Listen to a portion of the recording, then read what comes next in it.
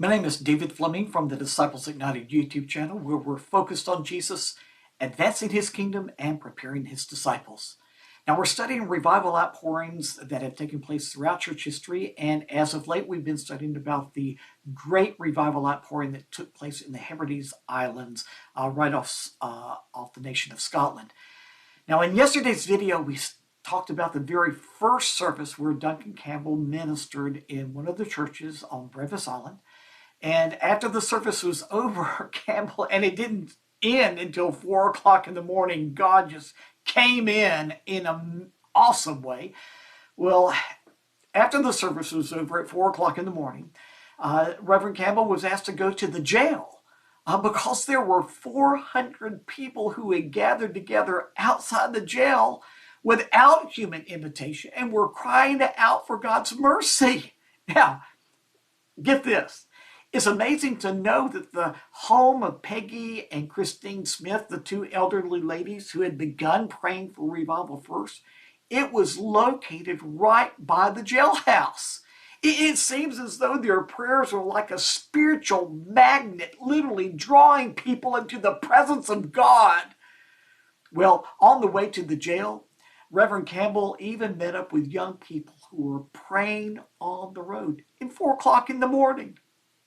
As amazing as all this sounds, this all happened on Duncan Campbell's first day of arrival. The community had literally become saturated with God. Oh, I just love that. That's what real revival is, my friend. When a city, a community, a nation, nations are surrounded, saturated with a manifest presence of Jesus. And that's what we're praying for. Well, the services continued to be held at the parish at Hebrides from morning until late at night or the early hours of the morning for the next 5 weeks.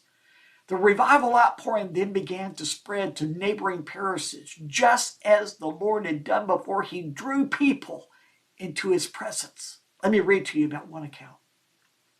From Hebrides, the move of God spread to the neighboring districts. Reverend Campbell received the message that a nearby church was crowded at 1 o'clock in the morning and wanted him to come. So he went. He wrote, "When I arrived, the church was full and there were crowds outside. Coming out of the church 2 hours later, I found a group of 300 people unable to get into the church, praying in a nearby field." Well, that's what's so important, y'all. His prayer was emphasized throughout the revival outpouring. In fact, soon after Reverend Campbell arrived, he was asked to join 30 people for an all-night prayer meeting. And this is his account. He wrote about it. God was beginning to move. The heavens were opening. We were there on our faces before God. 3 o'clock in the morning came and God swept in.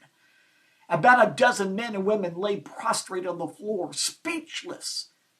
Something had happened. We knew that the forces of darkness were going to be driven back and men were going to be delivered.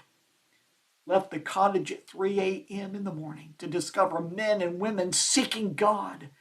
I walked along the country road and found 3 men on their faces crying out to God for mercy.